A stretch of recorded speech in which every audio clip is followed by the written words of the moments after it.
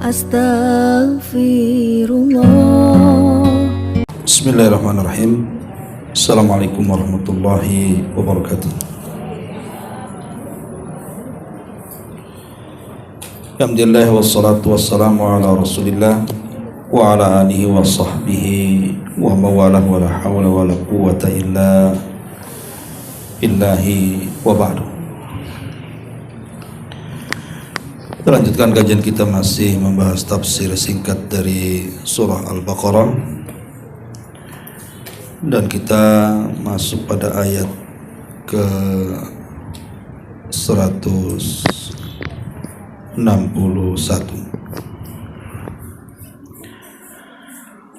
A'udzubillahi minasyaitonirrajim. Bismillahirrahmanirrahim.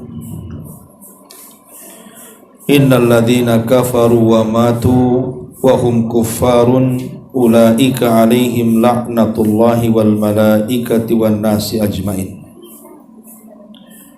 khalidina fiha la yukhaffafu anhumul adzabu walahum yunzarun wa ilahukum ilahu wahid la ilaha illahu ar-rahman ar-rahim. Sesungguhnya orang-orang kafir dan mereka mati di atas kekafiran, maka mereka akan mendapatkan laknat Allah, laknat para malaikat, dan laknat seluruh manusia. Mereka kekal di dalamnya dan tidak akan diringankan azab bagi mereka, dan juga tidak diberikan tangguhan.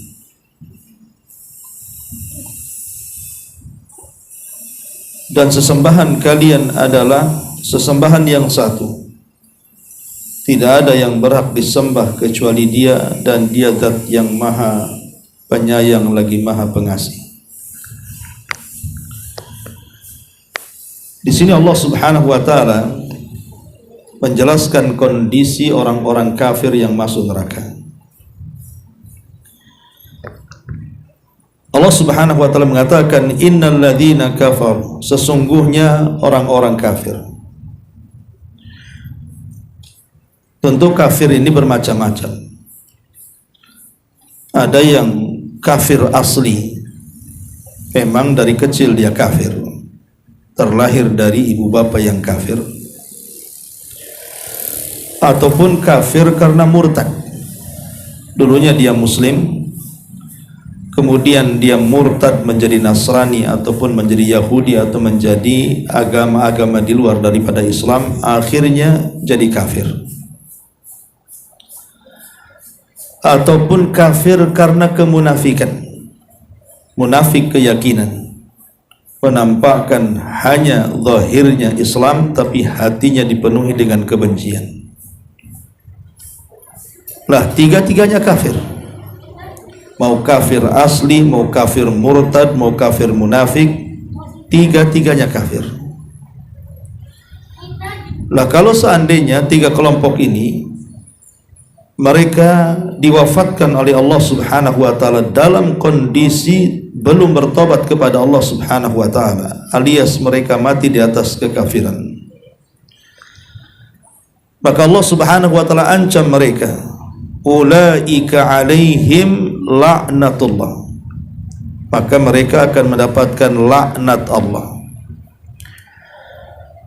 Maksud laknat Allah di sini artinya Allah akan menjauhkan mereka dari kasih sayangnya, dari rahmatnya. Dan tentu kalau sampai Allah Subhanahu wa taala kelak pada hari kiamat tidak menurunkan rahmatnya kepada orang-orang ini, berarti dipastikan nasibnya akan mengalami kecelakaan. Karena orang masuk surga itu karena rahmat, sementara rahmat Allah Subhanahu wa taala dijauhkan, berarti selamanya dia tidak akan masuk surga. Karena orang masuk surga itu karena rahmat masalahnya. Ketika orang dijauhkan dari rahmat, berarti dijauhkan dari surga dan didekatkan dengan azab neraka. Bukan hanya Allah Subhanahu wa taala yang melaknat orang-orang seperti ini, tetapi wal malaikati, dan para malaikatnya. Maksudnya laknat para malaikat adalah malaikat berdoa kepada Allah agar Allah Subhanahu wa taala melaknat mereka. Jadi Allah diminta para malaikat untuk terus melaknat kepada orang-orang kafir ini. Itulah makna laknatnya para malaikat. Dan kalau para malaikat juga ikut melaknat dan mendoakan laknat dan meminta kepada Allah untuk melaknat, berarti memang orang-orang kafir ini di atas kebinasaan. Cukup tidak wan nasi ajmain, bahkan seluruh manusia akan melaknatnya. Terjadi silang pendapat di antara ulama, apa maksud yang dimaksud dengan anas di sini manusia. Ada yang mengatakan maksudnya orang-orang yang beriman. Jadi seluruh orang-orang yang beriman pada hari kiamat akan melaknat orang-orang kafir. Semua orang-orang yang beriman pada hari kiamat akan melaknat orang-orang kafir. Ini satu pendapat. Kemudian pendapat yang kedua, tidak maksudnya an-nas di sini umum. An-nas di sini umum, tidak hanya orang-orang yang beriman yang melaknat orang-orang kafir, tetapi sesama orang kafir satu dengan yang lainnya saling melaknat. Dan itu dijelaskan di banyak ayat di dalam Al-Quranul Karim, bagaimana masing-masing kafir itu melaknat satu dengan yang lainnya. Contoh saja, Allah Subhanahu wa taala berfirman bagaimana orang-orang atau masing-masing orang kafir itu melaknat satu dengan yang lainnya ketika satu dengan yang lainnya saling menyalahkan. Satu dengan yang lainnya saling menyalahkan. Makanya nanti pada hari kiamat itu terjadi dialog antara orang yang tersesat dan orang yang menyesatkan. Di antaranya perdebatan antara orang-orang yang beribadah kepada selain Allah dengan peribadatannya. Allah Subhanahu wa taala sebutkan dalam surah Asy-Syu'ara ayat 96 sampai 99. Qalu wa hum fiha yakhtasimun. Mereka berkata sambil bertengkar di dalam neraka, Tallahi in kunna lafi dhalalim mubin. Demi Allah, sesungguhnya kita dahulu di dunia dalam kesesatan yang nyata.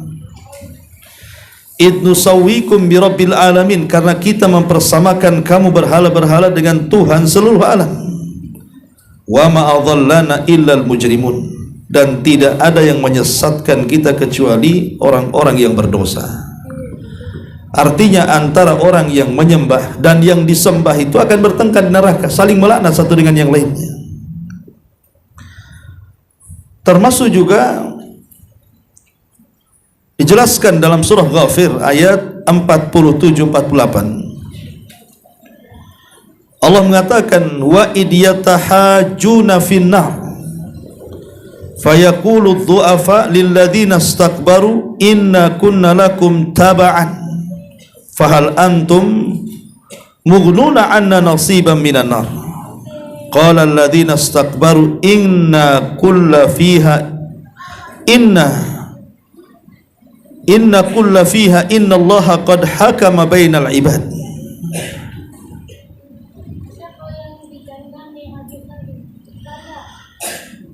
Dan ingatlah ketika mereka berbantah-bantah dalam neraka, maka orang-orang yang lemah berkata kepada orang-orang yang menyombongkan dirinya, sesungguhnya kami dahulu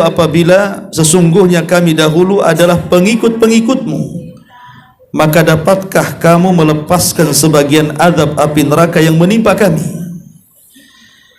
Orang-orang yang sombong itu menjawab, inna, sesungguhnya kita semua kullun fiha, sesungguhnya kita sama-sama di neraka, karena Allah telah menetapkan keputusan antara hamba-hambanya. Jadi orang-orang yang disesatkan dan orang-orang yang menyesatkan itu saling melaknat di antara mereka, saling menyalahkan, tapi mereka tidak keluar dari neraka. Termasuk juga disebutkan dalam surah As-Saffat ayat 27 dan sampai 33, Allah mengatakan wa aqbala ba'duhum ala ba'din yatasaalun, dan sebagian mereka menghadap kepada sebagian yang lain, kemudian saling melaknat, saling berbantah-bantah.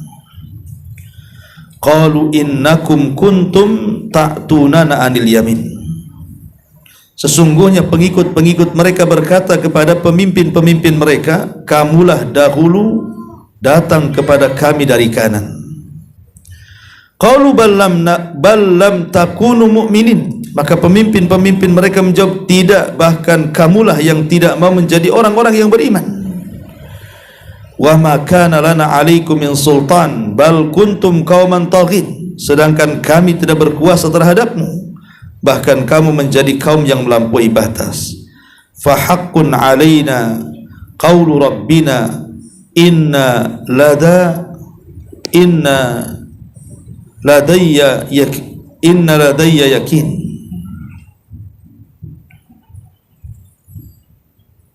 Afwan, fa haqqun 'alaina qaulu rabbina inna ladhaikun fa aghwaynakum inna kunna ghawin fa innahum yawma idin fil adzabi mustarikun. Maka pantas putusan azab Tuhan menimpa kita, pasti kita akan merasakan azab itu. Maka kami telah menyesatkan kamu, sesungguhnya kami sendiri orang-orang yang sesat, maka sesungguhnya mereka pada hari itu bersama-sama akan merasakan azab Allah Subhanahu wa ta'ala. Dan banyak ayat yang lainnya yang menunjukkan sesama orang-orang yang masuk ke dalam neraka itu saling menyalahkan dan saling melaknat. Itulah makna wan nasi ajmain. Kemudian Allah Subhanahu wa ta'ala mengatakan khalidina fiha, mereka akan dikekalkan di dalamnya. Kalimat kekal di dalamnya ini memiliki dua makna. Maksudnya kekal di dalamnya itu ya memang kekal, tidak akan keluar lagi. Ketika mereka dimasukkan ke dalam neraka, maka mereka tidak akan mungkin keluar dari neraka. Fama hum bi kharijina minha, mereka tidak akan dikeluarkan dari neraka. Tapi makna yang kedua maksudnya khalidina fiha itu saking lamanya di neraka, maka mereka pun dinyatakan kekal di dalamnya, tapi ujung-ujungnya juga dikeluarkan. Tapi saking lemahnya di neraka itu sehingga diitlakkan kalimat kekal.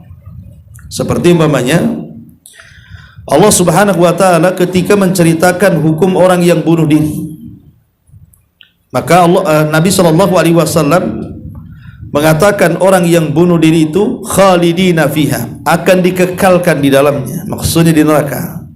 Bukan berarti orang yang bunuh diri tidak akan keluar dari neraka, tidak. Tetapi kalau dia masuk neraka dikekalkan di dalamnya itu saking lamanya.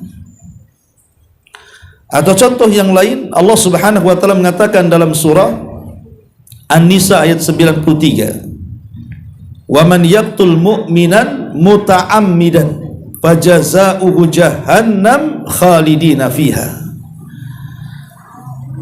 Barang siapa yang membunuh seorang mukmin secara sengaja, maka balasannya jahannam dan ia dikekalkan di dalamnya. Kalimat dikekalkan di dalamnya bagi seorang pembunuh mukmin secara sengaja bukan berarti kemudian tidak akan keluar dari neraka, tidak. Saking lamanya di neraka, makanya Allah bahasakan dengan kekal, khalidina fiha. Jadi kekekalan di neraka itu ada dua. Ada yang kekal tidak akan keluar lagi selamanya, seperti orang-orang musyrik, orang-orang kafir, baik kafir asli, kafir murtad atau kafir munafik. Ataupun yang dimaksud adalah para pelaku dosa besar,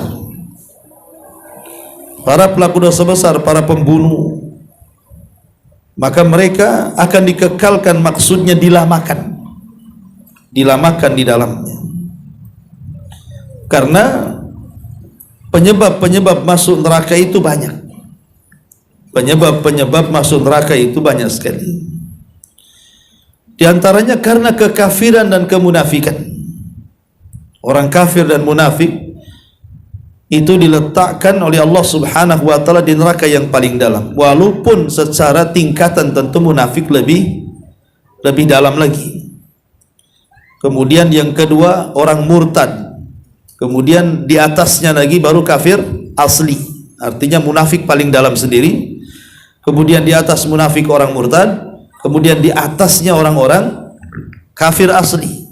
Jadi kafir asli itu urutan ketiga, yang paling parah justru orang munafik, kemudian urutan kedua orang murtad, baru kemudian kafir asli. Ma'asyiral muslimat yang dimuliakan Allah Subhanahu wa taala. Jadi penyebab orang masuk neraka atau maksudnya dikekalkan di neraka itu karena kekafiran ataupun karena kemunafikan ataupun karena kesyirikan. Nah, ini yang menjadikan kekalnya di neraka. Adapun dosa-dosa yang tidak mengekalkan manusia di neraka itu banyak, ya umumnya dosa-dosa besar.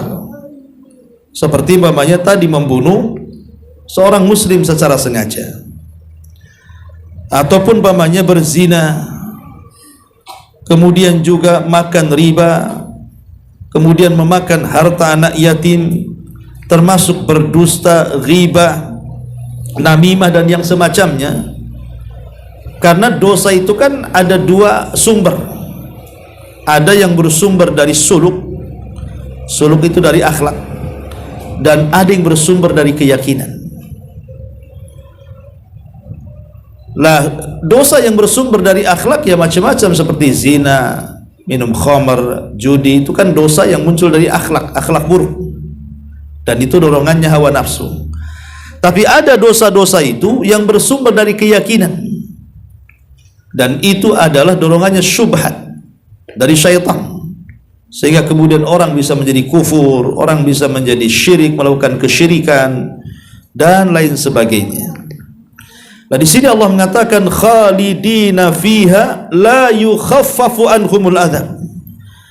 Dan orang-orang kafir itu tidak akan diringankan bagi mereka sama sekali azab Allah Subhanahu wa taala. Ma'asyiral muslimat yang dimuliakan Allah Subhanahu wa taala. Tentu kita tahu bahwa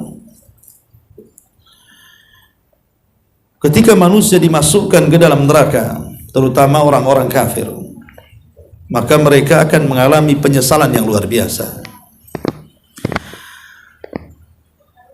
Tetapi sering saya katakan, kenapa orang-orang kafir itu kok dikekalkan di neraka padahal usia mereka di dunia itu tidak lama? Usia umat Muhammad itu kan berkisar antara 60 sampai 70 tahun saja. Ketika di usia 60 atau anggaplah dihabiskan sampai 70 tahun atau mungkin lebih, kemudian dia mati di atas kekafirannya, maka mereka akan dimasukkan ke dalam neraka dan dikekalkan di dalamnya selama-lamanya. Seolah-olah ada ketidakadilan di sini. Masa dia melakukan kekafiran 70 tahun tapi masuk neraka dikekalkan dan tidak pernah keluar? Harusnya ya kalau seandainya dia melakukan kekafiran 70 tahun, jadi neraka 70 tahun sajalah, sesuai dengan usianya. Kenapa pula dikekalkan pula di dalamnya? Maka para ulama mengatakan karena orang-orang kafir yang masuk neraka itu, kalau seandainya mereka dikembalikan ke dunia, maka mereka pasti akan kafir lagi. Jadi Allah itu tahu kelakuan mereka itu. Kalau seandainya orang-orang kafir yang masuk neraka itu dikembalikan ke dunia itu, pasti dia kafir lagi. Makanya itulah hukumannya mereka dikekalkan di dalamnya. Sebagaimana Allah mengatakan, lau'adu, gimana ayatnya? Kalau seandainya mereka itu dikembalikan, maka mereka akan kembali bima nuhu anhu, terhadap apa yang dilarangkan kepada mereka. Lau radduhu, kalau seandainya mereka dikembalikan, la'adu limanuhu, kata Allah, maka mereka akan kembali dengan kekafirannya.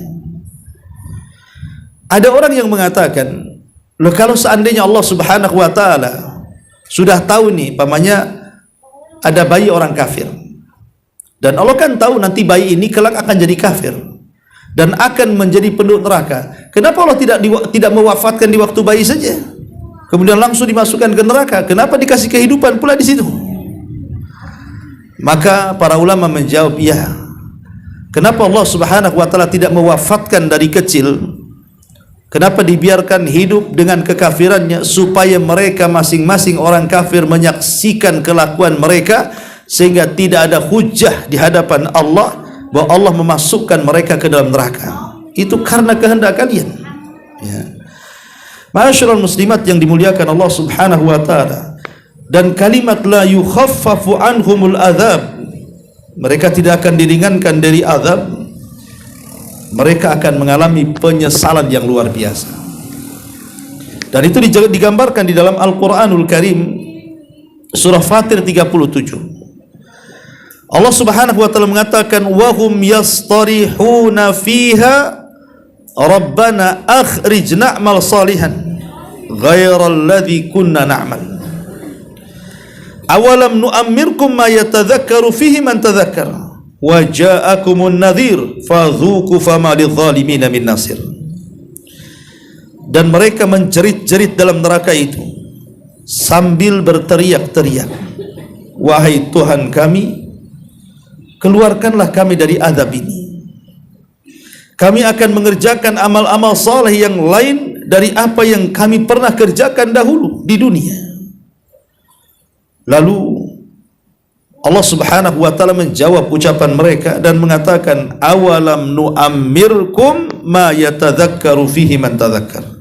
Bukankah kami telah memberikan usia yang panjang kepadamu dan memberikan masa yang cukup untuk berfikir? Maksudnya, kemanakan saja umurmu dan kemanakan saja cara berfikirmu itu?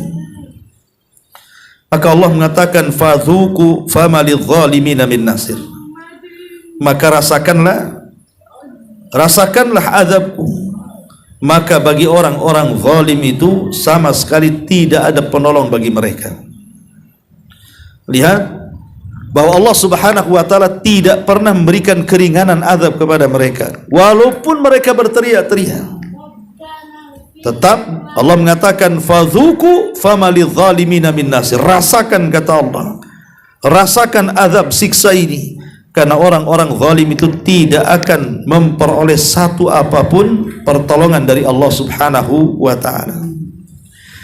Bahkan disebutkan dalam surah Al-Mu'minun ayat 106 sampai 108. Qalu rabbana ghalabat alaina shiqwatuna wa kunna qauman zalim. Rabbana akhrijna minha fa in udna fa inna zalimun. Qala ikhsa'u fiha wa la tukallimun.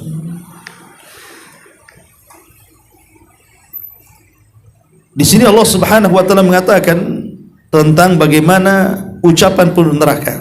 Mereka mengatakan, wahai Tuhan kami telah dikalahkan oleh sebab-sebab kecelakaan kami, dan dengan itu menjadikan kami kaum yang sesat.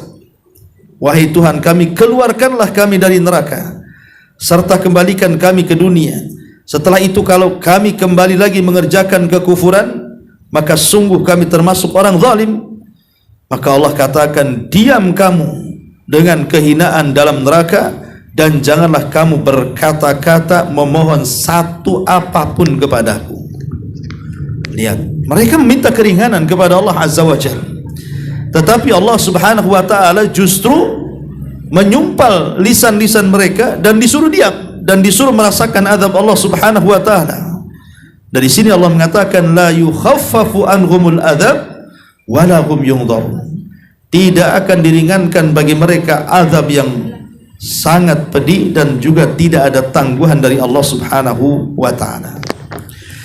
Ma'asyiral muslimin muslimat yang dimuliakan Allah Subhanahu wa taala, dari ayat-ayat ini kita tahu bahwa apabila Allah Subhanahu wa taala sudah memasukkan manusia ke dalam sorga dan Allah masukkan manusia ke dalam neraka, maka Allah Subhanahu wa taala akan panggil kematian.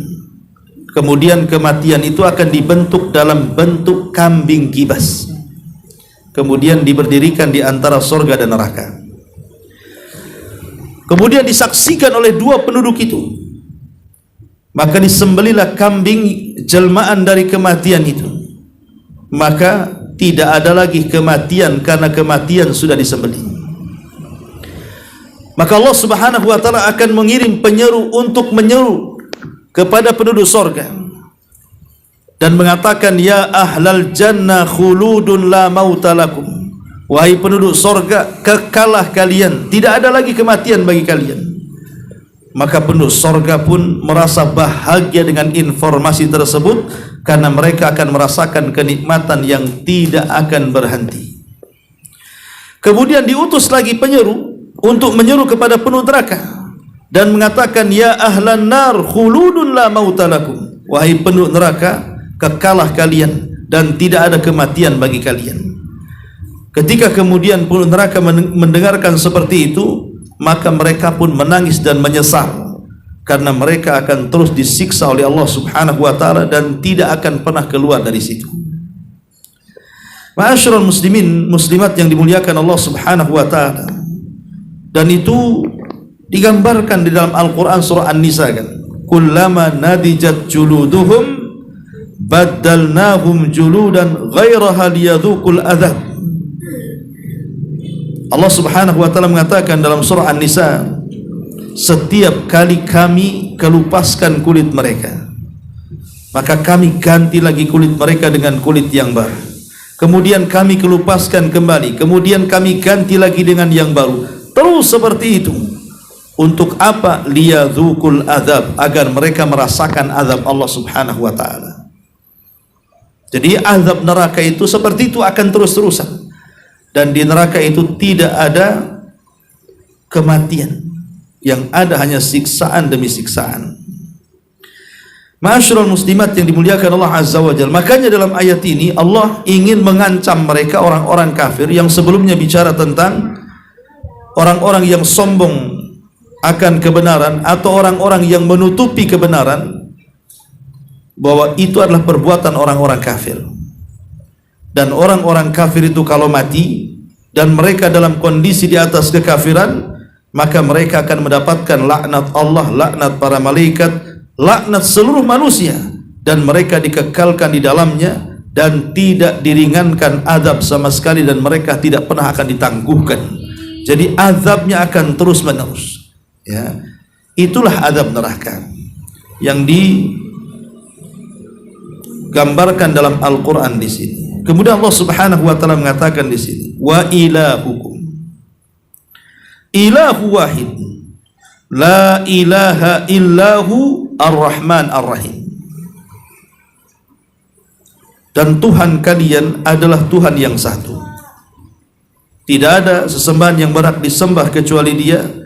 Dialah zat yang maha penyayang lagi maha pengasih.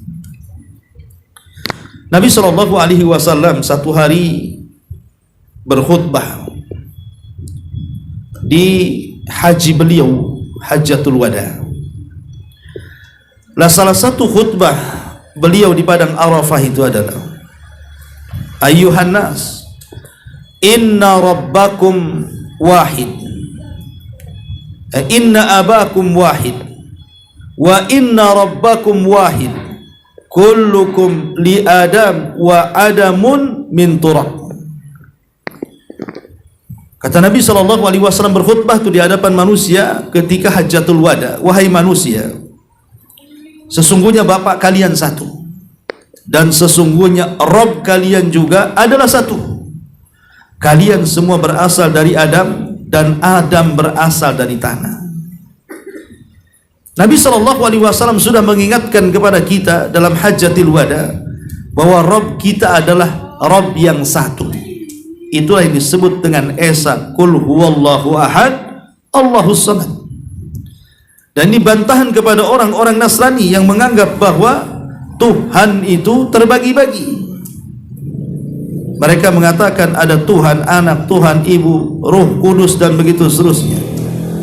Ataupun orang-orang Yahudi yang menuhankan Uzair, ataupun orang-orang musyrik yang menuhankan berhala-berhala dan dikatakan banatullah, anak wanitanya Allah, dan begitu seterusnya. Maka datang agama tauhid, agama Islam, kemudian menyerukan manusia untuk hanya menyembah satu Tuhan, wa ilahukum ilahun wahid. Tentu logikanya, kalau seandainya di alam semesta ini ada dua Tuhan, artinya ada dua penguasa, pasti akan terjadi perselisihan antar Tuhan. Tidak mungkin tidak. Kalau seandainya ada dua penguasa di alam semesta ini, akan terjadi perselisihan. Yang satu pengen A, yang satu pengen B. Walillahil mathalul a'la lah. Kita lihat kepada makhluk saja, kalau di Batam ini ada dua wali kota, nggak aman Batam itu. Yang satu wali kotanya pengen ini, yang satu pengen itu. Tetapi Allah subhanahu wa ta'ala tidak pernah bersyirikat dengan siapapun. Allah itu ilahun wahid, la ilaha illahu, yang tidak ada sesembahan yang berhak disembah kecuali Dia. Itulah kalimat tauhid, la ilaha illallah. Dan kalimat la ilaha illallah ini terdiri daripada dua kata, satu penetapan dan satu peniadaan. Dan tauhid tidak mungkin tegak kecuali ada yang dibuang dan ada yang ditetapkan. Yang dibuang tentu seluruh sesembahan yang disembah yang batil selain daripada Allah subhanahu wa ta'ala, dan yang ditetapkan tentu cuman Allah lah yang berhak untuk diibadahi. Makanya kenapa ketika Nabi SAW memerintahkan kita untuk mentalkin orang yang sedang sakaratul maut, apa kata Rasul? Lakinu mautakum bila ilaha illallah. Ejahkan orang yang sedang sakaratul maut di antara kalian dengan kalimat la ilaha illallah. Itulah kalimat tauhid. Jangan kita ini mentalkin dengan hanya menyebut kalimat Allah. Sebagaimana prasangka orang-orang awam, kalau la ilaha illallah itu kepanjangan, Ustaz, nanti susah dia ikut kita, makanya kita pendekkan aja menjadi Allah katanya.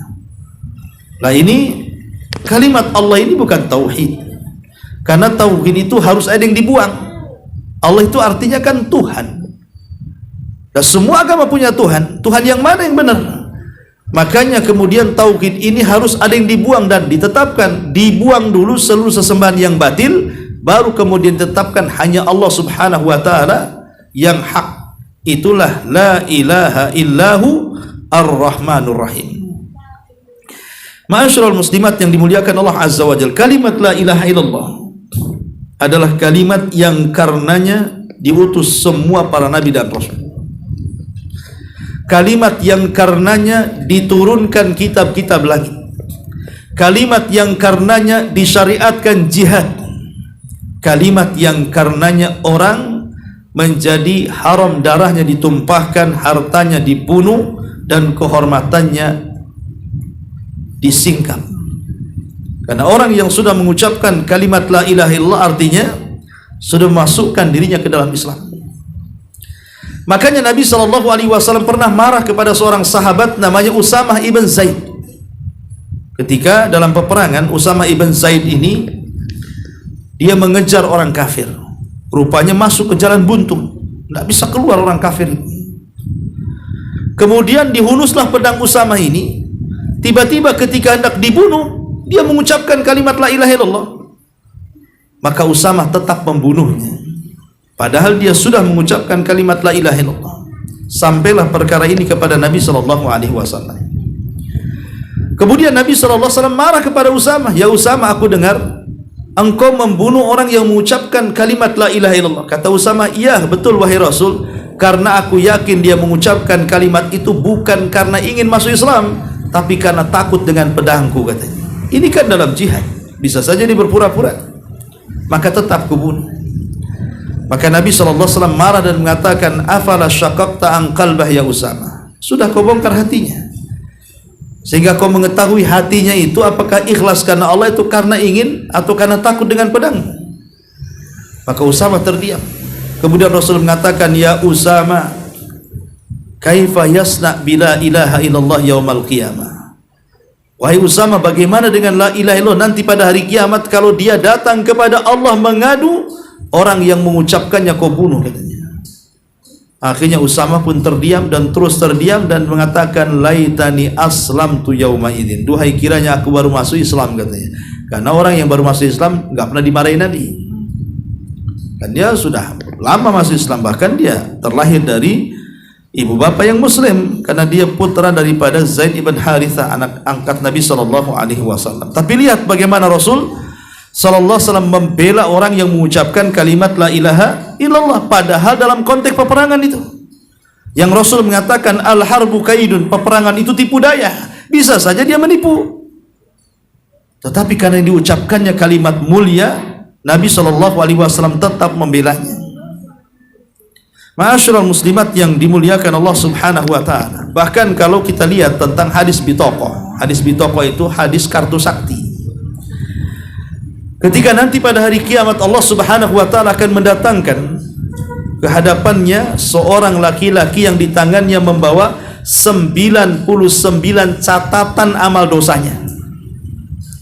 Kemudian kata Allah, bentangkan satu catatanmu, katanya. Dibentangkan satu catatan, rupanya sejauh mata memandang catatannya itu. Semua kesalahan dia 1, 2, 3, 4 begitu kan. Itu baru satu catatan tuh. Akhirnya Allah mengatakan, baca catatanmu. Akhirnya dibaca sama dia. Kemudian setelah dibaca, apakah ada yang keliru dengan catatanku? Tidak ya Rabb. Apakah ada yang keliru dari catatan para malaikat-malaikatku? Tidak ya Rabb. Kemudian kata Allah, kalau tidak, adakah kebaikan yang kau miliki yang bisa menandingi catatan ini? Dia mengatakan, tidak ya Rabb. Sekalipun aku punya kebaikan, apalah arti kebaikan dengan catatan ini, katanya. Ini baru satu catatan, dia sudah ngedown duluan tuh. Belum yang 98-nya dibuka tuh. Akhirnya dia pun sudah lunglai, pasti masuk neraka. Dia pun kemudian menjauh dan hampir mengarah ke neraka. Tiba-tiba Allah panggil dan mengatakan, tidak wahai fulan, engkau memiliki amalan yang bisa menandingi catatan-catatan itu. Tapi dia tidak percaya juga. Akhirnya kemudian didatangkan di hadapannya timbangan yang memiliki 2 neraca. Diletakkan di satu neraca 99 catatan amalnya yang dia bawa. Kemudian Allah keluarkan kartu saktinya, bertuliskan la ilaha illallah. Kemudian diletakkan di satu neraca. Apa yang terjadi?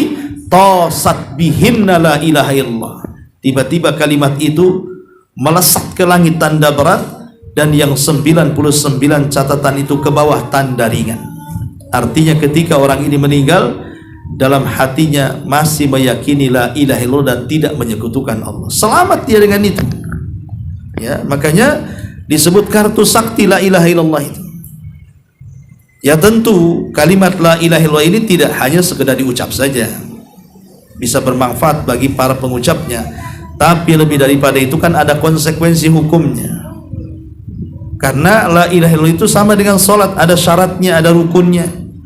Maka siapa yang memenuhi syarat-syaratnya dan rukun-rukunnya serta kewajiban-kewajibannya, barulah kalimat tauhid itu bermanfaat dalam kehidupannya. La ilaha illahu ar-Rahman ar-Rahim. Dialah zat yang maha penyayang lagi maha pengasih.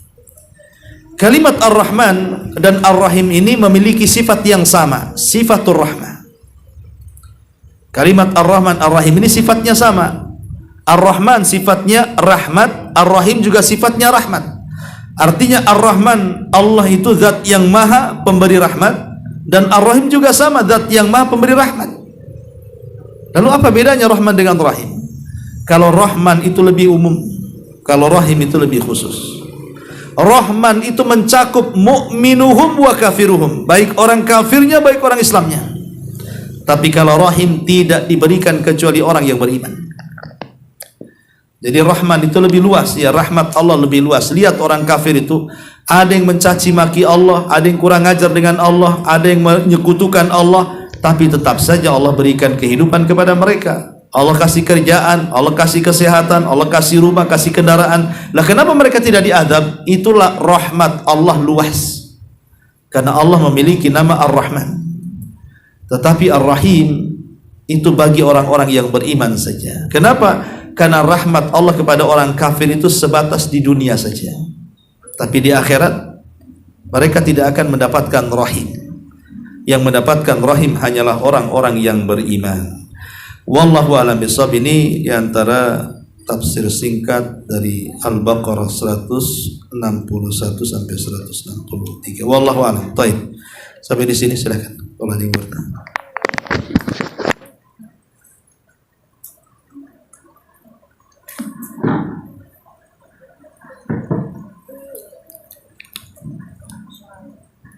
Bismillah, Assalamualaikum warahmatullahi wabarakatuh. Waalaikumsalam. Ustaz, tadi dikatakan mengapa orang-orang kafir kekal padahal umurnya 70 tahun atau masih bayi.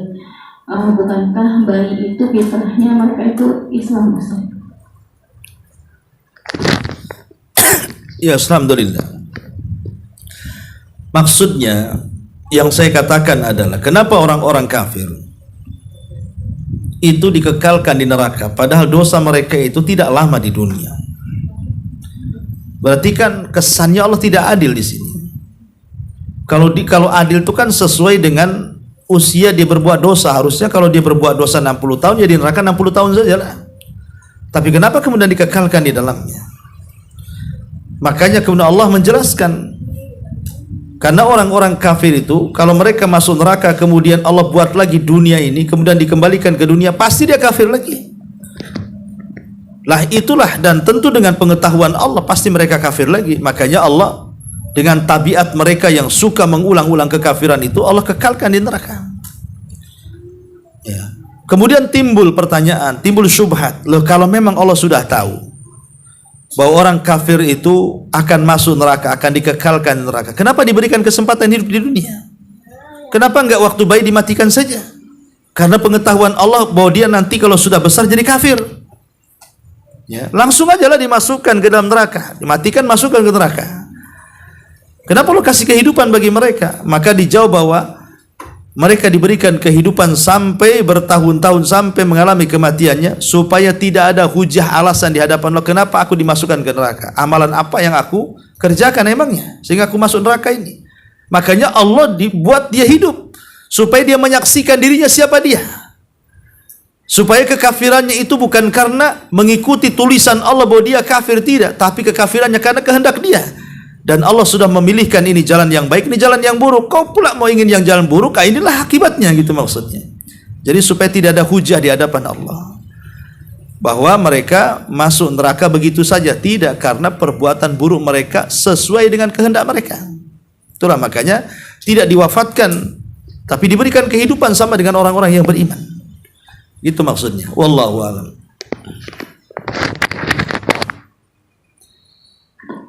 Assalamualaikum Ustaz. Waalaikumsalam. Ana ingin bertanya, kalimat tauhid tadi sama seperti sholat, ada syaratnya. Kira-kira apa itu Ustaz ya? Assalamualaikum. Ya, alhamdulillah, wassalatu wassalamu ala rasulillah. Ya. Tentang syarat-syarat kalimatul la ilaha illallah itu disebutkan di dalam kitab-kitab akidah ya, tentang surut la ilaha illallah. Di antaranya adalah syarat yang pertama al-ilmu. Kita harus mengetahui, harus mengilmui apa makna di balik kalimat la ilaha illallah itu. Ini yang pertama syaratnya. Harus memiliki ilmu. Ilmu dengan maksud kalimat itu. Karena banyak orang yang ditanya, apa sih makna la ilaha illallah itu, dia tak tahu. Ya karena tidak pernah belajar. Ya. Kemudian yang kedua, dan itu disebutkan syarat ini dalam surah Az-Zukhruf ayat 86. Kemudian syarat yang kedua harus ada keyakinan. Harus ada keyakinan, karena keyakinan itu menafikan keraguan-raguan. Dan itu disebutkan dalam surah Al-Hujurat ayat 15. Kemudian yang ketiga harus ada qabul, penerimaan. Harus ada penerimaan, dan itu disebutkan dalam surah As-Saffat ayat 22 sampai 36. Kemudian yang keempat harus ada al-inqiyad, ketundukan. Dan itu disebutkan dalam surah Luqman ayat 22 dan juga 23. Kemudian syarat yang kelima, as-sidqu, harus ada kejujuran, di mana jujur menafikan kedustaan, dan itu disebutkan dalam surah Al-Ankabut 1-3. Kemudian yang nomor 6, harus ada keikhlasan, dan itu disebutkan dalam surah Az-Zumar ayat 14. Kemudian yang nomor 7, harus ada al-mahabbah, kecintaan, dan itu disebutkan dalam surah Al-Baqarah ayat 165. Inilah yang disebut dengan syurut la ilaha illallah, syarat la ilaha illallah. Ya, harus ada pengetahuan, kita harus tahu apa itu makna la ilaha illallah. Jangan sampai terjerumus kepada kejahilan, karena banyaknya kesyirikan di tengah-tengah kaum muslimin itu karena dia jahil, tidak tahu makna la ilaha illallah. Akhirnya datang ke dukun, datang ke kuburan, nyimpan tangkal. Kenapa? Karena dia tidak tahu itu kalimat tauhid itu, makanya jatuh kepada kesyirikan. Ya. Kemudian adanya keyakinan, banyak gak yakin masalahnya bahwa Allah yang memberikan rizki, Allah yang memberikan nikmat kepada kita, Allah yang memberikan banyak karunia kepada kita, sehingga karena tidak yakin dengan kalimat la ilaha illallah, akhirnya berpaling kepada selain Allah Subhanahu wa taala. Maka yakin itu maksudnya supaya jangan ada keraguan-raguan. Seperti orang munafik jadinya kan. Orang-orang munafik itu mereka mengatakan aku beriman kepada Allah, tapi hakikatnya mereka tidak beriman kan. Itu karena ragu-ragu, ya. Kemudian juga harus ada penerimaan. Ya, harus ada penerimaan. Qabul dengan kalimat la ilaha illallah, supaya jangan sombong. Seperti Fir'aun jadinya kan, sombong dia. Ya. Kemudian juga harus adanya ingkian ketundukan. Harus tunduk dengan kalimat la ilallah, sebab kalau tidak tunduk dia akan meninggalkan. Ya. Kemudian juga harus adanya kejujuran, sebab kalau tidak jujur pasti terjerumus kepada kedustaan. Seperti orang-orang yang pura-pura masuk Islam jadinya kan, dusta mereka itu. Mereka hanya untuk menikah saja, bersyahadat itu. Setelah menikah tak juga dia sholat kan. Itu karena ketidakjujuran tuh orang kayak gini. Termasuk juga harus adanya keikhlasan. Kalau tidak maka dia akan terjerumus ke riya, kepada sum'ah, kepada syirik. Termasuk juga harusnya ada mahabbah, kecintaan, supaya tidak ada kebencian kepada kalimat la ilaha illallah. Itu disebut syurutu la ilaha illallah. Wallahu a'lam. Ya. Assalamualaikum warahmatullahi wabarakatuh. Waalaikumsalam. Ustaz, tadi kan Ustaz menyebutkan tentang hadis di toko. Nah, bagaimana dengan sikap orang yang hanya mengandalkan dengan adanya hadis di toko, dia meninggalkan kewajiban-kewajiban yang lain karena dia menanamkan di dalam hati bahwa selagi saya masih mentauhidkan Allah dengan ucapan la ilaha illallah itu dengan sungguh-sungguh, maka dia pasti pada akhirnya nanti akan masuk surga. Ada sebagian orang yang berpendapat demikian, Ustaz. Iya. Ada yang bertanya seperti ini, apakah hanya semata-mata meninggalkan kesyirikan, dia tidak menyekutukan Allah Subhanahu wa taala, sudah menjadi modal dia masuk surga? Itu pertanyaannya. Apakah hanya semata-mata dia tidak melakukan kesyirikan, betul-betul mentauhidkan Allah, dia tidak melakukan kesyirikan, hanya semata-mata ini orang bisa direct masuk surga? Ulama mengatakan tidak. Karena masuk surga itu kan ada awalian, ada masuk surga yang awal-awal direct, ada masuk surga belakangan masuk neraka dulu. Dan tauhid juga ada yang namanya yang menjadikan sah sebuah tauhid, ada yang menyempurnakannya. Artinya kalau hanya menjauhi kesyirikan tapi dia tidak meninggalkan zina, tidak meninggalkan khamr, tidak meninggalkan judi online atau apa, tidak meninggalkan zalim dan begitu seterusnya, ya tidak bisa kemudian dia langsung masuk surga. Harus diproses dulu dosa-dosanya kan. Berarti orang yang hanya meninggalkan kesyirikan belum menjamin masuk ke dalam surga secara awalian, di awal-awal.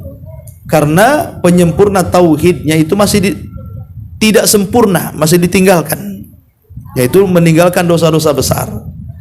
Lah orang yang kemudian hanya menyandarkan kepada kalimat la ilaha dengan ucapan, sehingga banyak mengucapkan kalimat la ilaha baik setelah sholat, atau di waktu-waktu acara-acara tertentu gitu ya. Apakah cukup kemudian menjadikan kalimat itu bermanfaat? Ya, memang bermanfaat kalimat itu. Tetapi maksudnya bermanfaat di sini boleh jadi mungkin dia bermanfaat untuk tidak dikekalkan di neraka. Tapi kalau bermanfaat dia tidak masuk neraka, ya tidak bisa. Ya, karena dia tidak mengerjakan syarat-syaratnya tadi. Kalau dia mengerjakan syarat-syaratnya tadi, barulah bermanfaat kalimat itu yang di lisan dia. Kalau enggak mengamalkan 7 syarat ini, ya percuma saja mengucapkan kalimat la ilaha illallah. Dan itu kebanyakan masyarakat awam seperti itu. Mereka terdoktrin dengan hadis bitoko, sehingga walaupun tidak mengamalkan apapun, yang penting mengucapkan kalimat la ilaha illallah sudah cukup. Tidak cukup. Bahkan kalimat itu bisa terbatalkan dengan pembatal-pembatalnya.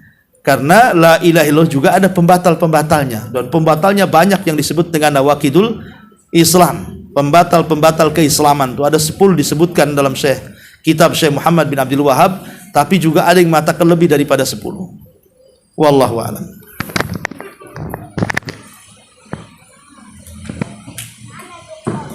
Satu lagi, Ya. hadis bitaqah itu kan diriwayatkan oleh Abdullah bin Amr, dan Rasulullah sempat berpesan atau jangan hadis ini sampaikan kepada manusia. Alasannya itu apa, Ustaz? Ya, alasannya supaya manusia itu tidak menyandarkan sepenuhnya kepada hadis ini. Tetapi setelah Rasul meninggal dan dia pun takut mati, takut masuk pada hadis larangan menyembunyikan ilmu. Maka akhirnya disampaikan juga kepada kita, dan sampai juga akhirnya sama kita. Jadi supaya manusia jangan terlampau tawakal dengan la ilaha illallah tadi sehingga meninggalkan amal yang lainnya. Karena di awal-awal terutama dakwah kepada orang-orang awam, kalau langsung dikasih yang seperti ini kan jadi meninggalkan amal jadinya dia kan. Ya udahlah, kita mengucapkan la ilaha illallah saja pasti masuk surga, kata gitu. Padahal tidak seperti itu. Tapi kemudian sahabat ini ketika sebelum meninggal dia takut kalau dia dianggap menyembunyikan ilmu, makanya terpaksa dihabarkan juga, sampailah hadis itu kepada kita. Wallahu a'lam. Baik, ini ada pertanyaan.